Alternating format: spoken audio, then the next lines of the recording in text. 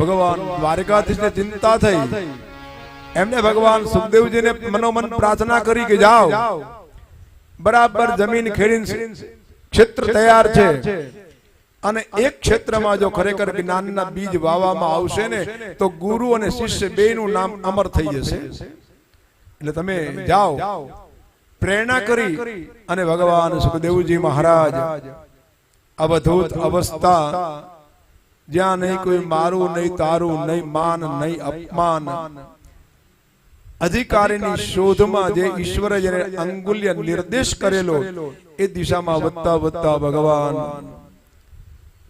વ્યાસપુત્ર સુખદેવજી એટલે ત્યાં આનંદ ઘાટ પર આવવાની તૈયારી, અને એકદમ એ જ વખતે ભગવાન નારાયણની કૃપાથી તત્ર ભવદ ભગવાન વ્યાસપુત્રો યદશ્રયા ગામાટમનો અનાપેક્ષા, ભગવાનની પ્રેરણાથી અવધૂત અવસ્થામાં વ્યાસપુત્ર ભગવાન સુખદેવજી એ ગંગાના આનંદ ઘાટ ઉપર પધાર્યા.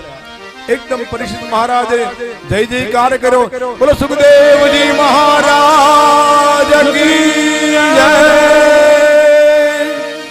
ભગવાનનું આસન અર્પણ કર્યું, ગંગાના જળથી ચરણ સ્પર્શ કર્યા, ચરણ ધોયા, ચરણામૃત લીધું, મસ્તક નમાયું અને એકદમ જહાં મસ્તક નમાયા વહાં આશીષ પાયા. આપણે તો માથું નમાવી પેલા કહીએ આશીર્વાદ આપો, અરે પણ તું પેલા ક્રિયા તો કર. આપણી ટેવ છે મોટા ભાગે માથે નમન આશીર્વાદ આપો, પણ તું પેલા હજી નમ તારો ભાવ દેખાય મને, ભાવ પ્રમાણે ભાવ હોય ને. પણ એટલે આશીર્વાદ ક્રિયાને નથી, આ બહુ યાદ રાખજો, આશીર્વાદ ક્રિયાને નથી, આશીર્વાદ તમારા ક્રિયામાં રહેલા ભાવને છે. શું એના શું પણ એ પેલા ટીવી વાળા નહીં નમસ્કાર બોલે ખરા પણ બે હાથ ભેગા ન કરે. તમે ટીવીમાં ખાસ જોજો, એ સમાચાર વાંચતો હોય ને એમ નમસ્કાર પેલા બોલે પણ હાથ જોડે નહીં. બાકી હાથ જોડવામાં કેટલી કરુણતા છે જોયું.